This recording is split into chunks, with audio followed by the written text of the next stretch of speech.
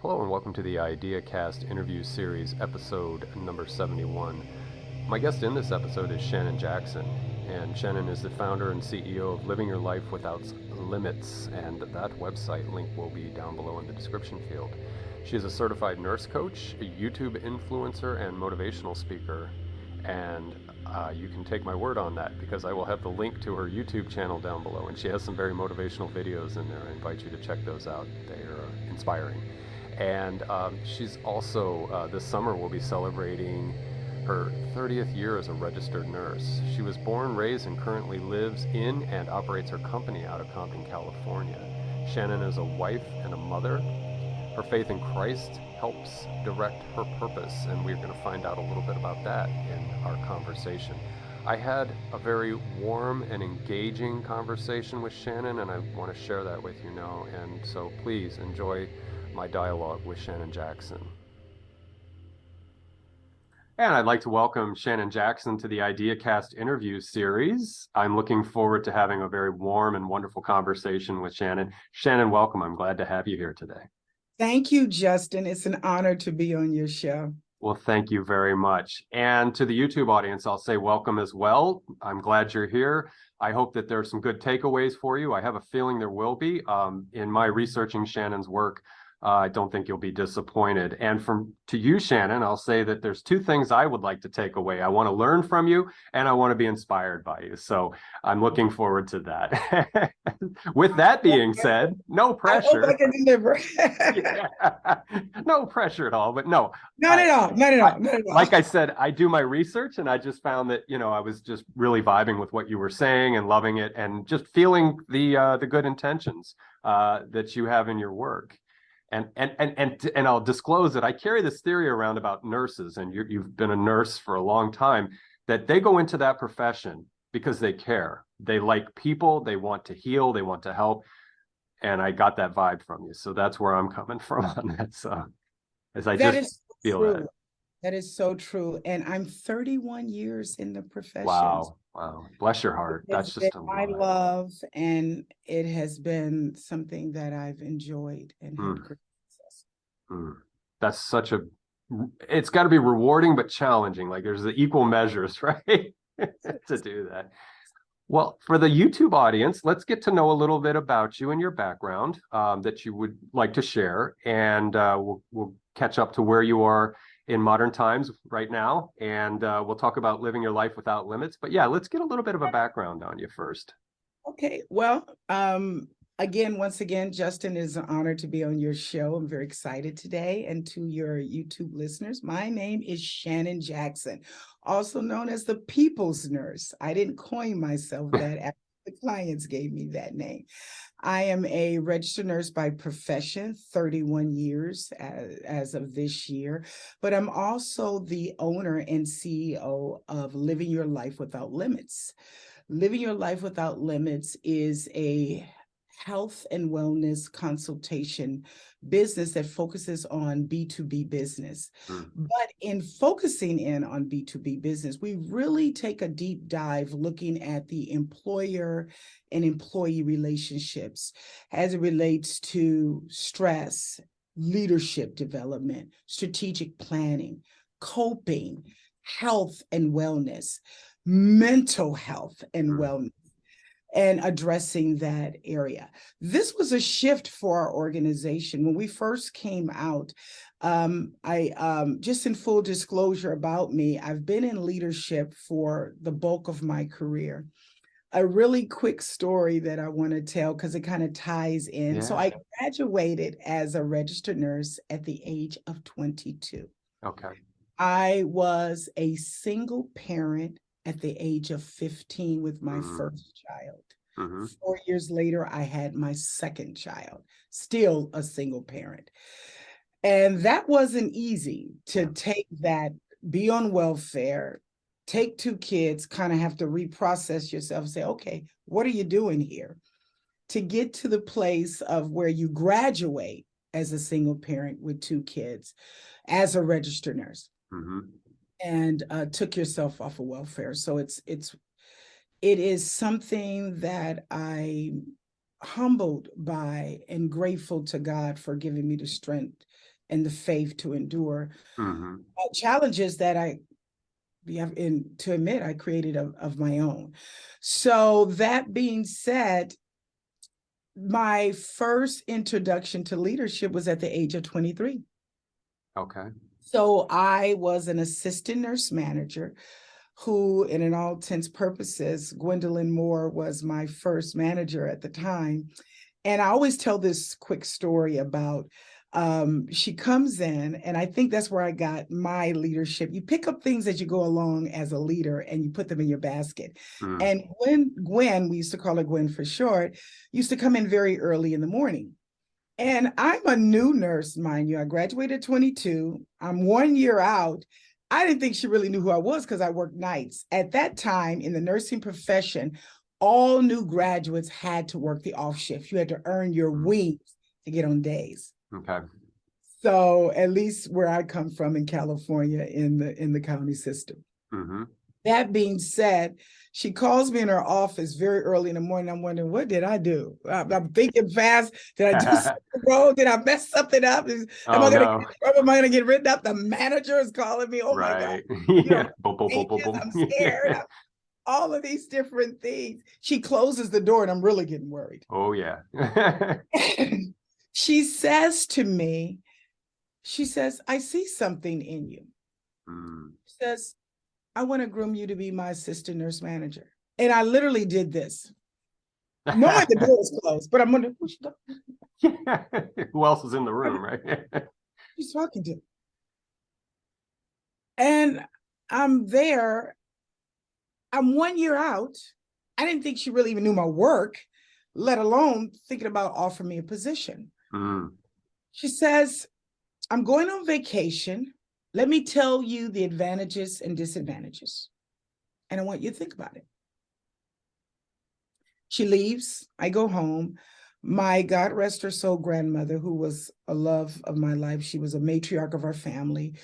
I bounced things off. She was a mentor, a support system to me, and really helped me when I had those days when can I do it? Can I do it? And I went home and I'm mocking Gwen. I can't believe this. My manager is crazy. Yeah, what'd she see? She's offering me an assistant nurse manager. Can you believe that? I'm like mocking her, I didn't even know this. And my grandmother is like very stern, like, you don't see? Grandmother. So I'm straightening up because, I grew up, you don't talk back to grandmothers, right. From Tennessee, Southern roots, and this type of thing, you have to be respectful. So the grandmother, she said, and then she began to go on and tell me things. And I said, well, Grandma, let's do this. If she comes back and she's really serious, I will really consider it. So Gwen, true to form, comes back. She calls me and this time I'm not worried because I know what. Right. You know what's up. So she calls me in there and she says, did you think about it? And I said, first of all, are you serious? I just graduated. She says, yes. I'm going to send you to school. I'm going to give you training. I'm going to give you support. But the first thing that I ask of you, always make the boss look good. In other words, what she meant, don't do anything to embarrass me because I'm giving you an opportunity. You understand what I'm saying? Oh, yeah. It's relational. The rest was history. From that moment that she did that, true to form, I was promoted. I went back to school for my bachelor's degree. I went beyond that for my graduate degree. I began to not only perform for her, that it got the attention of others in the organization that went to her and said, listen, there's a new position opening up. Can we have Shannon for that position? And the rest was history. I went all the way up, left the county system because you had to wait till somebody die or retire to get a high promotion, went out into the private sector. And before the age of 30, I was a director of nursing. Wow. Then a chief operating officer where I did nursing and operations. Mm-hmm. Leadership is what I enjoy. Mm. I absolutely love imparting and mentoring and developing and speaking into the lives of people and training them. I enjoyed. And it began to grow and grow. And as I began to learn more professionally and go for more training and certifications and credentials and all that, there you have it. I continued to do all of that. Then I came all the way around to fast forwarding to 2000 and we're in 23 now. Yeah. Mm-hmm. Some years ago where I said, wait a minute, I have no quality of life. I'm working hard for everyone else. Mm-hmm. I have to fight with everybody to get what I want for them. I gained all this weight. I was like almost 400 pounds at the time. I'm not that now. And I have to show, sometimes I show these before and after pictures. I'm actually aging backwards now, where I had to begin to take better care of myself. Mm-hmm. And that's when I quit my full-time executive job, working for other people, and opened my own business. And that's how the DBA of Living Your Life Without Limits came about. A good origin story. And, you know, it's fitting that you came out of that in this dual perspective of I have to take care of myself, and I've been taking care of others my whole career. And now I'm going to put those two things together. Exactly. And walk the walk and live your word, right? Exactly. Exactly. So when we launched our podcast and launched our conferences and different things, actually, I do an annual conference called Birthing a New Promise. I saw that. And I definitely will send it out. We welcome anybody and everyone for coming. And when we first started it last year, it grew. Everybody's already asking me this year, when are we going to do it again? It's always held in the month of September. But the purpose of all these things is to speak into the lives. We have a motto. It's called motivation, education, and elevation. That's what the platform does. That's what my business does, be it the employer, the individual, because we go out and do speaking conferences, just speaking into groups of individuals, motivating people to go within themselves, and that to live their lives without limits. What am I talking about? Sometimes we put silos or boxes on our limitations. And I'm a living example of what I made some early challenges that I created for myself, being a single parent at 15, having my first child, and then coming back again 4 years later and making the same mistake. Now, I could have allowed all of those things to be obstacles for me and stay here, stay down, stay on welfare, stay in a place of, well, you caused this, you live this, and this is who you are. Or you can switch within yourself and begin to have self-love for you, and take that energy and forgive yourself and use it for good. Fuel not only you, but fuel others. And that's what we do here at Living Your Life Without Limits. Beautiful, beautiful. Now, I do have one question about your story that you told about your coming up and arriving. Your first supervisor, when you were a year out, who brought you in, what was her name again? Forgive me. Gwendolyn Moore. We call Gwendolyn. Okay.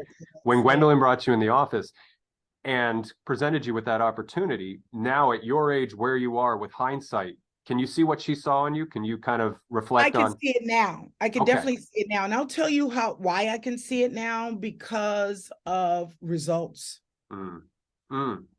It's not so much me. You know how some people say, I know I'm this. No, when others have grown, the outcome of the results of people speaking that they've grown, they've developed, they got something out of it. That is the greatest joy. I have, as a matter of fact, you remember the DVDs? Oh yeah. Oh yeah. Yeah, the DVDs. Oh yeah. I have so many DVDs that I have to take somewhere and get them converted. Those from employees that when I would leave, when I left, Okay. doing that sent messages to me. They wanted me to know what I meant to them and how it transformed their lives. So I can see it because the testimonies of others, the results of work being accomplished, goals being accomplished with organizations, but most of all, lives being changed, be it personal or professional.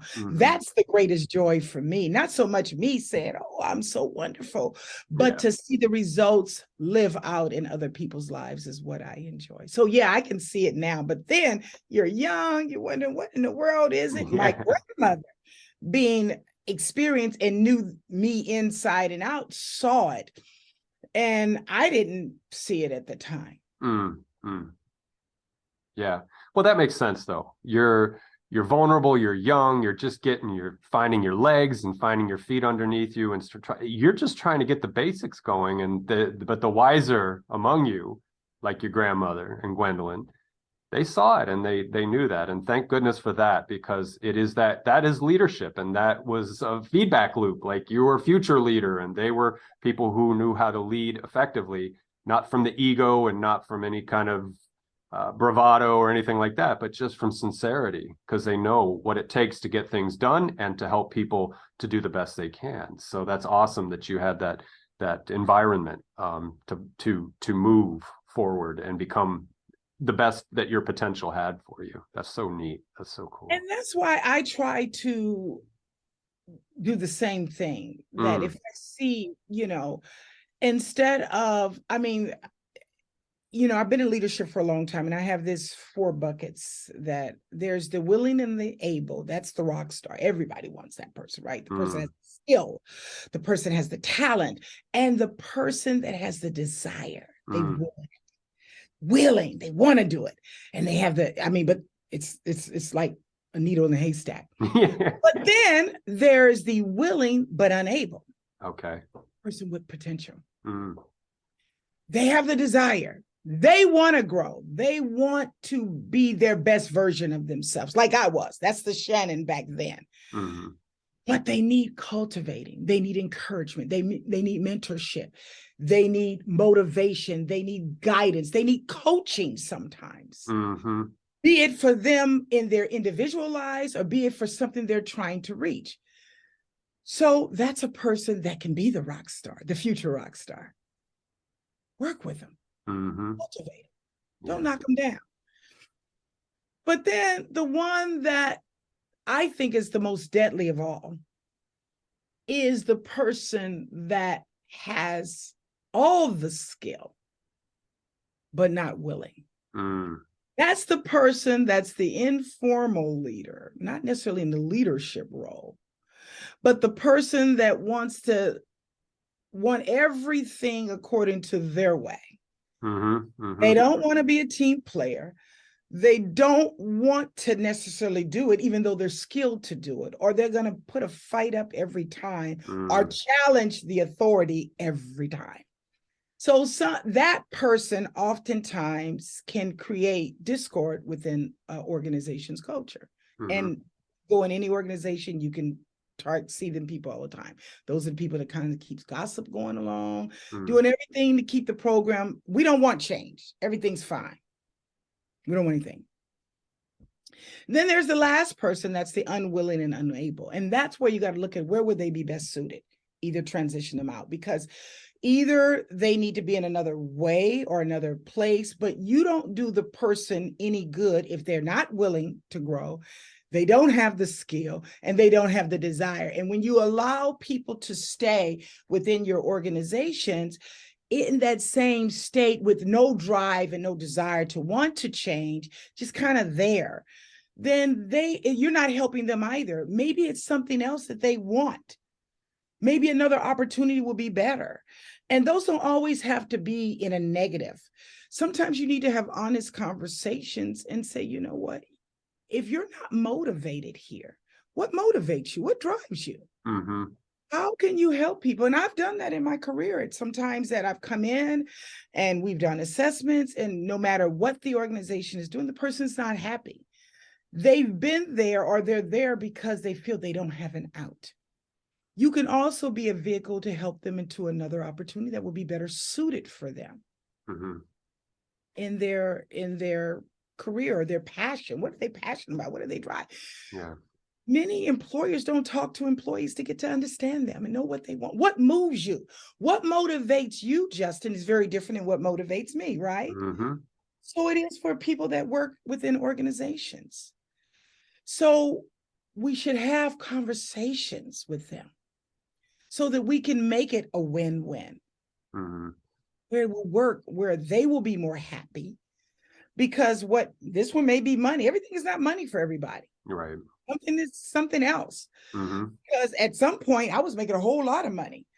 And I left the job when I was at the peak of my earning. I was over $250,000 a year. Who walks away Mm-hmm. from $250,000 a year with no job? Right. Right. Yeah. It's Honestly, kind how of, many people do that? Just, yeah. it's not like I'm a billionaire, or I don't have billionaires. Right. Right. I don't have heirs throwing me money here and Yeah. there. You understand what I'm saying? Yeah. But my quality of health was like, whoa, wait a minute. You know what I mean? Mm-hmm. I am losing me. So, but the part of what the job I loved is what founded the company. Yeah. Motivating, inspiring, imparting, teaching, mentoring, developing, coaching, project management, all those things, what I enjoy. So I said, let me take the best of what I want to do, and then let me create my own, and then be able to reward how I want to reward without having to worry about all of that. And then Mm-hmm. that I enjoy and I'm passionate about. Yeah. Yeah. No, it's a gamble, but I've been self-employed I call myself chronically self-employed. And I similarly left, I was in food and beverage years ago, and I left a job that was decent, good for the area. And I just started doing my own thing. And I've either done landscape or food my whole life. And so I was a chef at this place, and I said, well, I'm going to go try something else. And so I did the landscaping for a while, and then I just opened my own restaurant. And that was like, just like you, I went out on a limb and then I jumped off the limb, and, I landed and I did okay. I did okay, but it's scary. I mean, it's really not for the faint of heart. So I have a scaled down version of what you did in my life, in my history. And I appreciate the sleepless nights and the anxiety that comes from that. But you know what? When you believe in yourself and you trust yourself, it doesn't matter. Like right now, I'm in another transition. If you don't mind that tangent, I'm getting ready to let go of my current landscape business, and I have no clue what I'm going to do, and I don't care. I'm going to be telling me that you were in the process of selling. I'm going to be unemployed in 6 weeks, and I don't care. I'll figure something out. I'm resilient. I know I can. I trust myself. I know I can take care of it. So I'm getting that from you, and I'm feeling that, and I'm like, wow, that is so inspiring. So anybody in the YouTube audience, if you're in that liminal space where you're like, oh, do I do it? Yeah.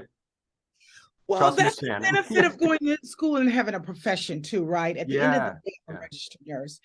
And even though I can move from doing bedside care to not doing bedside care to what I'm doing a lot now. Mm-hmm. There's some companies that are healthcare that employ my services. There's some that don't, that are not healthcare related. Okay. But at the end of the day, worst case scenario in my mind, I'm like, hey, I'm still a nurse and I can still do something. So that takes away the fear, but you can't operate in fear and faith at the same time. Once you start that journey of faith, I can speak for myself. Once I started that journey of faith, everything that I've had to do had to continue to keep that same faith, even when I'm not sure. But I can't all of a sudden now say, okay, I'm going to go backwards. Going back to what? It's forward. It's forward. You can be strategic in your steps. You will learn as you go along the way. I mean, there's no nirvana to business. Some things work out very great. Others, you learn lessons along the way. But it was what I wanted. And most of all, even though I work a lot of hours, I enjoy what I'm doing. I enjoy it. I enjoy. And sometimes you burn in the oil many hours, 16, 20 hours. But then I say I was doing it for somebody else for 16, 20 hours. So Right. Right. Yeah. different. This time I'm in the driver's seat with it. Mm-hmm. And not to say that everyone has to do their own thing to be satisfied. Yeah. My message to anyone is make sure whatever you do, be it you're working for yourself or working for someone else, that you are making yourself a priority. That's the messaging of it. Mm-hmm. It doesn't have to be that everyone goes and quits their job to do it. Yeah. I'm not advocating that by no means, but wherever you are, make yourself a priority. Even people that don't work and have stable incomes and live generously, because I know people that been in blessed situations where they've never had to work, that they've had finances means to them by generational wealth, but still didn't make themselves a priority. So making yourself a priority in the scheme of things is the messaging that I like to leave with people. I agree. Sometimes if I'm talking to people, I'll say, you know, if you can't love and support yourself, you can't be there or available as efficiently for others. And the giving is more painful, and you don't feel, you know, in other words, you have more flow to give if you are a little more whole in your own self. So I agree completely. I think that's such a wise perspective, to be able to give in that capacity, or to be able to operate. Sorry. I give the analogy of when you get on the airplane and they give you the training and they say, if you need the oxygen mask, what? Do you first before you do the other person. Right. So, right, you need to put it on you. So you have to have life. So when you are your best, when you have life, when you understand who you are and enjoy loving you, you can give it out more real and authentic to anybody. It's when we're broken and we're hurting that whatever we're asked to do, be it work, be it home, be it personal, it's done with such a, it's a drudgery, or it's hard to get it done because I'm tired, I'm drained, I'm empty, or whatever it might be. I'm angry, or I'm just not in a good place in my life. So once you're in a better place mentally, you can, whatever the task may be it personal, be it business, you're able to do that with authentic heart in it. Going back to something you said a minute ago, that third personality type at work, the able but the unwilling. Do you think that kind of psychology is part of that they're resentful? They may have a history of having given, and now they're just, or is it a different personality type that's the kind of person who's the gossip and the status quo and, you know, let's not be novel? What do you think? What do you think? I think it's a mixed bag, and I've certainly seen it in a mixed bag. I think there's some people that have been very angry. Uses your senior people that have been there for a while, maybe got passed up on some things for whatever reason. Not to say that they don't have a right to feel how they're feeling, because you don't know the whole story until you get in there. But sometimes it's that, and then sometimes it's just, you know, people that is busy doing other things and just don't have good intentions. I think it's a mixed bag. I think sometimes it's pain that's driving it. It's frustration. And then other times I just think people want to keep things going. And that's how they live. There's some people that love chaos and they live in chaos, and they like things being chaotic because they function in that way.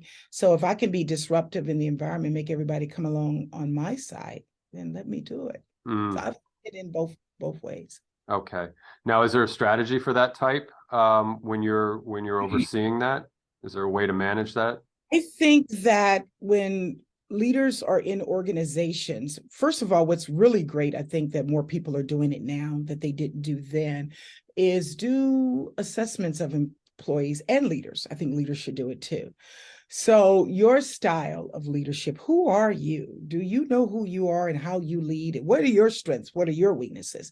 So the leader themselves first needs to be healed, because sometimes the style of the leader is oftentimes impacting how the employees respond, because they're broken as leaders.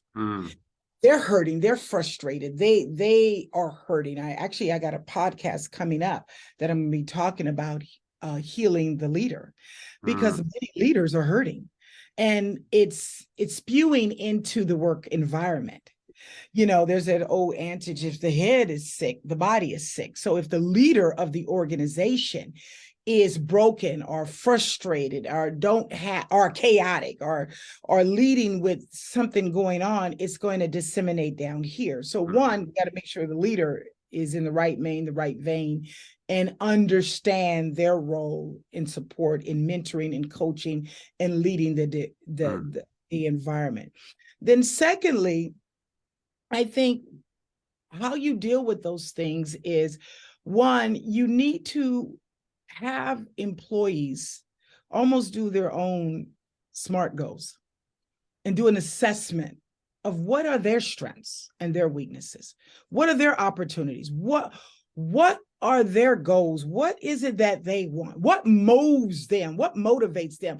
So you need to know your players, not just from okay, you are the, just for the sake of healthcare, you are the LVN, you are the clerk, you are the monitor tech, you are the pharmacist. I know what you're supposed to do, but who are you as the individual? Do you have skin in the game? Or what is it that drives you? Why are you at the organization? What does this mean to you?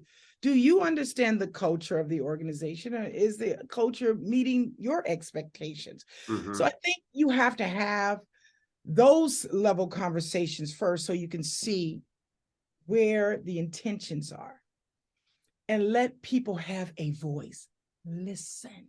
Sometimes we don't do enough listening to employees. Then after you've done that and you've allowed them space and time to express and listen attentively, not judge, not correct, listen to them so you can understand. Then you can look at a plan of action. Many people go all the way to the plan now. Say that without first getting some information, investigation. What's going on here? Yeah. Why is Mary or John acting that way? Let's have the conversation first. Then, is there expectations in line? We have to set expectations, mutual, for the employer and the leader and the organization. What is the expectation? What are the performance expectations? I don't know, Justin, if you hear talk to a lot of people in cross spectrums, but the work culture now is so toxic in so many organizations. It's like the mass there. I did a podcast not too long ago called The Quiet Quitter. I saw that. And the quiet termination versus the termination. So people are literally at work right now at 11:40 Pacific Standard Time, and they're already mentally clocked out of the job. I just haven't left yet because I have bills, I have obligations, and I haven't found what I'm looking for, but I am mentally clocked out. Now, in my career, in full disclosure, when I have been in an organization and I no longer felt that I was either valued or could give value, I didn't stay. I recognized I was clocking out, and I went and did something about it. Either I made the move or I talked to the individual and said, listen, I'm not inspired anymore in my earlier years, or I feel I need a change. As a matter of fact, when I left my last leadership job, where I was in a regional role for a home health organization where we had several home care, private and concierge facilities, I went to the president and CEO of the company. I said, you know what? I've lost myself I said, but I love the company. I love what we've done. We've accomplished a lot, but I no longer can do this anymore. Mm. And I don't want to be coming here and being clocked out, just collecting. And we set up a transition plan. Mm. We did. So when I left, I left on good terms. I transitioned out. He hired me on 3 months afterward as a consultant to train and transition some other people in, because even though I gave him adequate notice, they still had vacancies of things that people didn't know how to do. So he hired me 3 months. So there's opportunities like that that can happen as well. Mm-hmm. It doesn't always have to be, you understand what I'm saying? A negative way where it has to be confrontational or aggressive. It can be transitional where both win. It just doesn't work for me as the employee anymore, or it may not work for the employer anymore. Mm-hmm. Mm-hmm. No, that sounds like an amicable means of your departure, as well as that helping them to continue with not falling off the tracks too far because of your departure. That's beautiful that worked out that way. In fact, to amend something I said earlier, when I was a chef at a particular corporation whose name you would immediately recognize, there was a problem manager, and he was violent and very aggressive. In the early 20th century in France, you would have chefs that would throw things at you or burn you or do stuff. But in the this is the late 90s, almost 2000s, or actually it was about 2000. You don't do that, especially in a big corporation. He would throw things at people, and they tolerated it. I in fact, as a subordinate, I dragged him into the office one day because he blew his top and he was being physically aggressive and verbally abusive. And I tried to have a heart to heart with him, and I said, "Look, what are you doing?" I was one level below him, and I thought I could, and I wasn't being insubordinate. I'm like, "Dude, what are you doing? You're not." And it seemed irreconcilable, and that was one of the things that wedged me out. I still gave my what I should give as an employee, as the level I was expected to perform. But like you said, I was emotionally pulling away and detaching, not investing myself into that in that structure and that system. So I can relate to that, and I'm just reflecting on that now, and it's like, wow. And I found out through the grapevine, and this is not Schadenfreude, and this is not me taking pleasure, but he had a nervous breakdown at some point. So he obviously had some things that nobody was recognizing in this big corporation, right? So it goes back to what I said about the leader. Yeah, it goes back, it correlates directly to what I said, that sometimes the leader is sick. Yeah. There's something going on. And what happens, it translates into the culture of the organization. Mm-hmm. People don't want to admit it.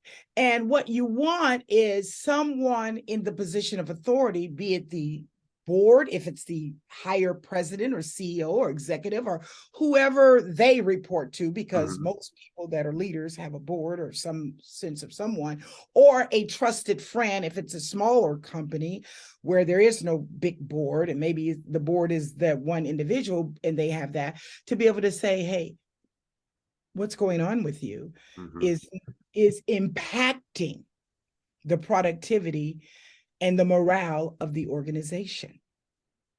Yeah. Care enough to be able to confront, and hopefully a leader will be open enough to be able to receive, because confronting is one thing, receiving is another, because ultimately there's something else going on that violence in any way, be it verbal, and a lot of people may not be doing physical. Right. Hitting in this case, but they're verbally abusing the people that they're working for, that is making it very intolerable. And then they're wondering why morale is down or turnover is over and all these kind of things. So when you go in and do an organizational assessment, like I've been employed to do for organizations, and you do employee work engagement surveys and see what's going on, you put all these things together, and when you have to pull that report together, sometimes, it depends. It's a mixed bag on whether they receive it or not. It's like, there's a biblical scripture in the Bible, that time where David in the prophet, I'm paraphrasing here for people, where the prophet was given an analogy of something happening where a man had came and took something of someone else's. And David, being the king, was wroth. Who is this man? And he couldn't believe, because the analogy that it was given was referring to something. And then when the prophet told him, you the man, you are the corporate, and sometimes we don't want to hear we're the problem. But Shannon, you're the problem. Yeah. You know what I mean? You're the one that is affecting our performance. So mature people can understand it, take ownership, and move forward and make amends and make sure that the culture continues to run. Even take it away from business, take it out of a employee-employer, in relationships, just basic relationships. Unforgiveness and grudge and things are holding on to people that causes a domino effect in other areas of their life, because of somebody not taking ownership and accountability of their actions. Yeah. Now, I can't correct John Doe's action, even if he's wrong, but I can control Shannon Jackson's actions. Yep. How I respond, how I receive, and how I process that exchange. And not allow that to hinder me from growth, be it personal or professional, if there was a conflict in either one of the arenas.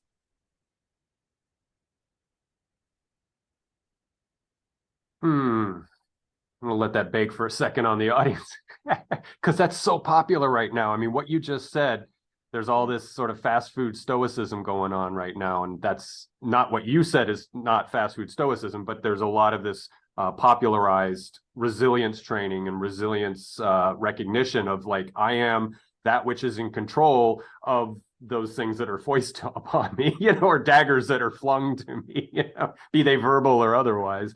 And so I just wanted to let that set for a moment, because it's so true, and it is so necessary in a sort of modern world, like modern beyond modern, where we are right now with technology and the closeness. And like you said, we have toxic workplaces out there running on old models and things that just lack of awareness. So the fact that you have Living Your Life Without Limits, and that you are doing this kind of, I would call it like a holistic service provision, or purveyorship, because I look down the list of what you offer in the way of service to your clients, and it's comprehensive, it's multimodal, and I think that's key, I think, for a larger organization to attack things, if that's the right word, from all these different perspectives.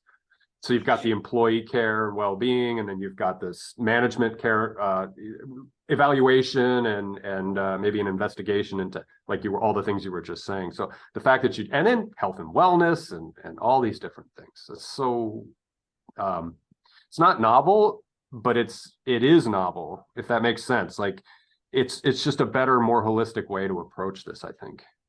Yeah, and a lot of our clients too are small businesses. Okay. I think they need a lot of help, because they don't have the budgets of big resources. So all of our clients are not big huge organizations. We just recently, which I'm very proud of, became approved to be a contractor for the federal government. So we're going to be going into that space to be able to do federal government contracting. But a lot of small companies can use support, especially owners of one or two, because they have a lot of issues that they can avoid having labor disputes. Because they don't know better. They have a skill. They started the business because they were a great cook, maybe, or a excellent artist, or something of that nature. And understanding the dynamics, how to put a process and structure in place when you begin to bring employees in, should start from that novice stage, that beginning, so that you can set it up correctly before it grows into something big. So I advocate starting it at the onset, Mm, putting structures in place when you're small versus when you're bigger, because when you're bigger, it's already kind of yeah, jumbled and you yeah. got to go in and kind of reset things. But these type of supports and things can be tailored to a small business, a one or two or something of that nature. Because Mm, what you're trying to do is make sure you have a system and structure in place, one that serves you, the employer, and also serves your employees, because you're trying to create a when at all possible win-win, where you have longevity with the employees, where they enjoy coming to work, enjoy doing what they're doing, and you also have a quality that your sales will reflect that, as well as the productivity of your organization. mm, mm. That will help with the growing pains. It's a proactive um, approach. I like that, and also a midwifery of sorts. Like you're helping that person who is the talented artist but doesn't have management skills necessarily. You're midwiving that birthing process for them, and that's awesome. I didn't even think about that. I mean, of course I didn't. Yeah, you're the expert, but yeah, that just makes so much sense when I hear it. Helps them get it found, give them the foundational tools. So, Right. so sometimes we do small, workshops and things where there's a few, and do a couple of those and give them what they need, and then they're set to go forward. And then there's other times where in some cases it's more comprehensive, because it is more macro, it's bigger, and you got to unlayer it, but everything is not to that level. Mm, But I'm I mean, if you start anything right in the beginning, if you set it up right, oftentimes you're going to get a better outcome and result than having to redo it all over again. mm-hmm. You know what I mean? At least I found that in my experience. What happens oftentimes is that when you come into organizations, it was never, the structure or the expectations were not ever clear. I Mm-hmm. can't tell you how many organizations I've gone into and people said, no one ever gave me my job description. Mm, mm, And I'm not talking all just big ones, even small ones. yeah. I really don't know what I'm supposed to be doing. Mm. Ah, here's another. I love this one. I never got orientation. Yeah. Yep. And that goes back to, like you said, your niche, and you're not a generalist. You're more of a specialist in something, whether it's tile laying or art. Yeah. Yeah. I haven't had an evaluation. I've been here 5 years. Wow. 5 years. They're just Serious. coming along for the ride. Buckle up. Never got a raise. Oh, that's not Still good. waiting on it. You know what I Oh. mean? So you see a lot of that. Or what is the mission of the organization? I don't know. I've been here. Mm, Nobody told me. So it's all those things that's going on, and they're from, like I said, army of one or two to way over here, or where it's an assumption and it's no clarity of expectations on either part. okay. So, and you could apply that same concept in a relationship, right? Where if you're going with somebody kind of steady or something like that, they have an expectation that's different than yours. Did we ever define what this is? Yeah. Well, I thought we were exclusive. Who told you that? That kind of a thing. I never said that. Oh, I assume we always go, So taking the assumptions out of whatever it is Mm, and making sure we're clear. You know what I call it? Managing expectations. mm. You can't manage expectations if you don't know what they are. Yeah, that's true. That's true. Not everybody's a mind reader. In Exactly. fact, who is a mind reader? I know, exactly, right. A couple of those lucky guys down at the racetrack, but that's about it. Yeah, and you never hear from them anyway. Exactly. So let me ask you, how many years have you had Living Your Life Without Limits? So CNS Services, which is the parent company, originally was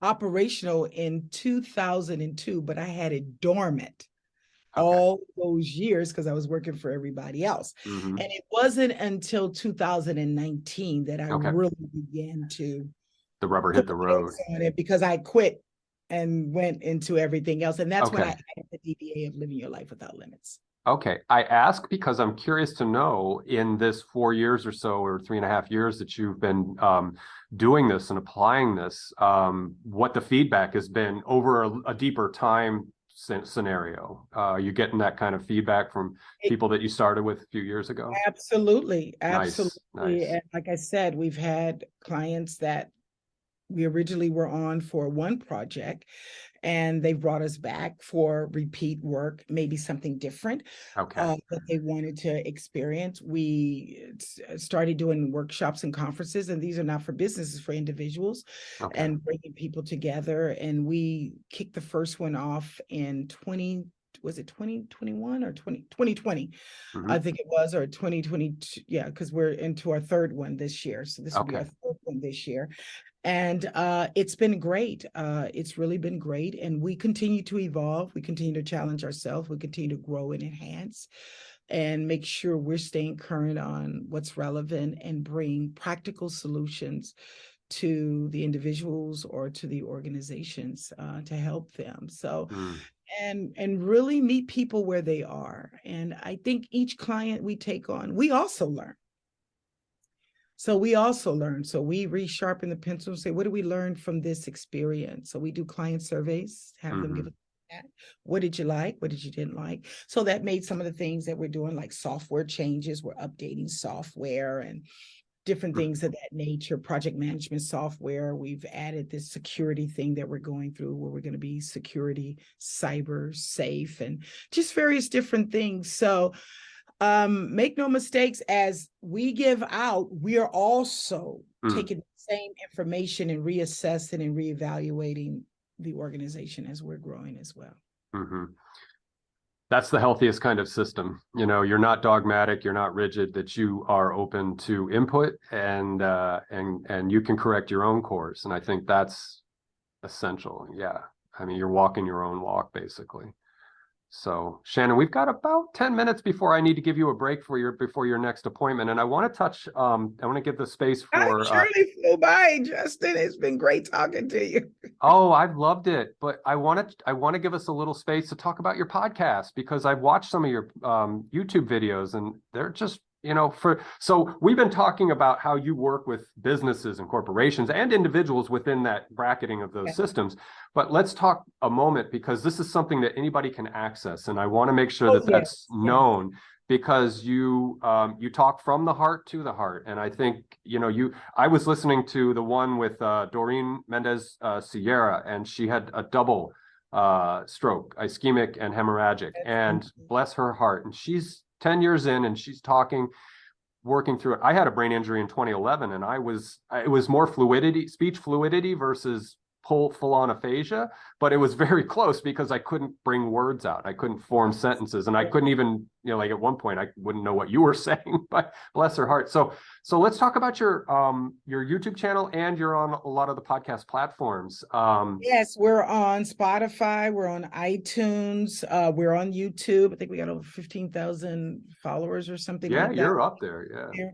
And a lot of that is really just motivation, education. It's not just employee driven. Sometimes just speaking from the heart of something to encourage, and have various guests on. I try to bring topics that bring things that people can relate to and understand. A lot are dealt with in health and wellness areas, because obviously with the background, dealing with strokes, warning signs, cardiac, and so forth like that. But some of them are just about motivation. Yeah. And we also touched on subjects on sexual health as well. So I love that, because those are, and the ones that I really love is when we do the live. We just did something about resumes not too long ago. Okay. On resume ghosting, to help people on resume ghosting. And we did a live chat, and it was very engaging, where people come in. The Living Your Life Without Limits platform is just that. It is actionable advice, speaking into the lives of people, kind of motivating you. As I said, motivation, bringing education and inspiration, inspiring you. Is to speak back into your life, to encourage you, no matter what's going on, that God has a plan for your life. And I always want people to understand, life is tough. I read a shirt years ago that said, life is tough, get a helmet. I thought, that was so clever, you know what I mean? Whoever made it. Right. So you're going to go through challenges Mm-hmm. in life, no matter what it is, be it personal, be it business, just be it within yourself. Sometimes you feel like a nut, sometimes you don't. You know what I mean? But despite that, I want you to bet on you. Mm. I want you to look in the mirror and say, guess what? I'm worth it. Mm. Make yourself a priority. What is it that makes your heart merry, that brings you peace? You know, I did an exercise real quickly, and I can't go through the whole thing. Maybe the next time we're together or when I'm coming on our show, we'll deep dive into it a little bit. Where I told people, I had an exercise. I said, write down 10 things real quickly. I said, out of 10 things, just write down what it is that you want to accomplish. Just write them down. What are the 10 things you want? In 1 year, what would you like to do? Write 10 things down. Now go on the flip side of that. Out of those 10 things, what is the most important thing to you right now? Because sometimes we're here, we're there, we're there, we're there. We cannot do it all at one time. Mm-hmm. What is the one thing that will be a game changer that brings you forward to what you really, really want to happen? That's what I asked. So flip the paper over. And what is that one thing? Mm. Now, when you identify that, spend 90% of your time focusing on that. Because most of the time, what we say we want, we spend the reverse. We spend little time on that. It becomes what I wish I want to happen. Mm. Well, it's nothing going to happen on a wish. You got to put skin in the game and put effort in it. Mm. And when you do that and you reach that, then you can work on some of the other things, but it'll bring such joy and peace to you. Mm. Beautiful advice. Living your life without limits is about speaking into the lives of everyone.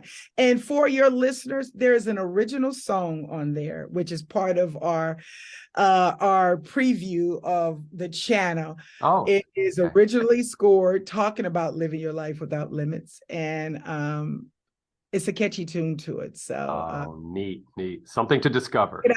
And of Check course, it all links will be down below in the description field. People who follow my channel know this already. Any information for Shannon will be down below, so you can discover it there. And I encourage you to, because like I said, and I'm not saying this lightly, Shannon, you're infectious, and you have this personality and you have this force within you, and it shows up in those motivational talks. So if somebody out there's having a rough patch, things are not looking good, there's a little bit of fog around you, go listen to Shannon for a moment, or go rewind this conversation. Exactly. Please do. And feel free to email us at info@livingyourlifewithoutlimits.com. Sometimes I get those asked questions and we respond to them as well. Beautiful. That's so loving of you. Let me ask you if there's anything else you'd like to share, because like I said, I do want to give you your time before you have another appointment. I know you have another appointment coming up. So is there something else you'd like to tack on to the back end of this conversation to leave us with? First of all, I want to thank you so much, Justin. The time has gone by so fast. I know. Conversation with you, and I hope your listening audience enjoyed something that I said. My intent here, I understand my purpose very well, and it is to inspire and to lift, and I enjoy it so much. And I just want to leave with your listeners, no matter what's going on, tomorrow is a new day. And know and understand your best days is still ahead of you. So go forward and live your life without limits. That's perfect. Cut. Yeah, we're going to leave it with that. And you're walking your walk. You're living authentically in that regard. And I just want to honor you for that, because the world benefits from that, and people in the world benefit from that. So thank you, Shannon. I very much appreciate what you do. I appreciate that. Yes, ma'am. You're going to get information on our thing, so you can have that, and then you'll get a second email giving you some date options to see what you can tag on, so we can get you on our program. Oh, yes. So you our audience. And I look forward to that. Yeah, I look forward to that. I appreciate you. This was a lot of fun. I enjoyed it. I could see the time went by so fast. Oh my God. Know. Well, we'll have more conversations. In the moment of the conversation. Yeah, you get in the flow with somebody, and the time just doesn't seem to add up. I'll say goodbye to you after we're done recording, but to the YouTube audience, thank you guys so much for being in this conversation with us. If you have any comments, leave them down below. As Shannon said, you can email Living Your Life Without Limits, the website. But yeah, if you have any comments there, and I'll make sure she gets them if there's anybody that wants this constructive, positive, loving comments, you can leave them down below. or you can leave me negative comments. I don't care, but give Shannon some love. Okay. It's okay either way. Thank you, YouTube. Be yourself. We'll embrace it all. That's one of my last guests said, do you? Yeah. All right, dear. I'm going to say goodbye to you after we're done recording. Thanks, YouTube. Thank you.